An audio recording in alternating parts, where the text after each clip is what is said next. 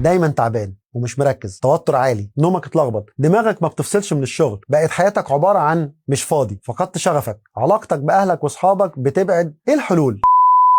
في ناس فاكرة ان النجاح يعني تشتغل 16 ساعة وترد على كل الايميلات وتفضل متاح 24 ساعة، تنام منهار في النهاية. بس الحقيقة ده طريق مش للنجاح، ده طريق للاحتراق النفسي. لو حياتك بقت شغل وبس فانت في خطر. اهلا بيكم في ميتنج، انا دكتور محمد عثمان. النهارده هنتكلم عن التوازن بين الشغل والحياة، المهارة اللي لو خسرتها هتخسر نفسك قبل اي حاجة. التوازن بين العمل والحياة مش مجرد إدارة وقت، دي مهارة حياة تخليك تشتغل بذكاء، تعيش بصحة، وتستخدم طاقتك صح. وفي اوقات هتشتغل فيها 16 ساعة، بس ده مش الطبيعي ابدا. التوازن مش رفاهية، التوازن يعني تحافظ على انتاجيتك ومستقبلك وفي نفس الوقت على صحتك وعلاقاتك. عدم التوازن بيجيب تعب مزمن وقلق واستنزاف، وبنلاقي نفسنا بنشتغل كتير من غير فعالية وبنخسر حياتنا. التوازن بيخلي الشغل وسيلة لبناء حياة مش العكس. التوازن مش 50% شغل و50% حياة، هو انك تكون انسان قبل ما تكون آلة، تشتغل وتنجز من غير ما صحتك وعلاقاتك تتدمر. العقل مش مصمم يشتغل على اعلى طاقة طول الوقت. الانتاجية الحقيقية بتيجي من تركيز، راحة،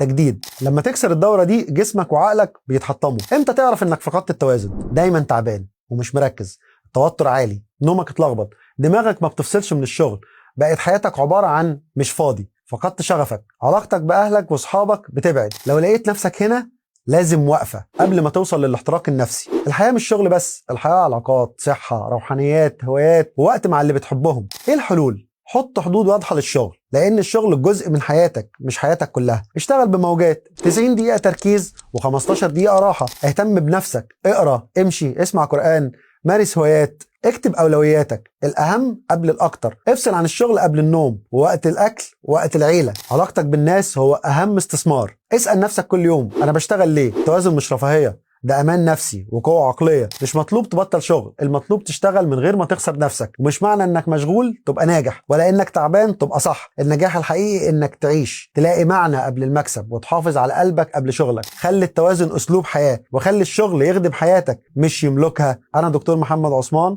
وده كان ميتنج عن التوازن بين الحياة والعمل.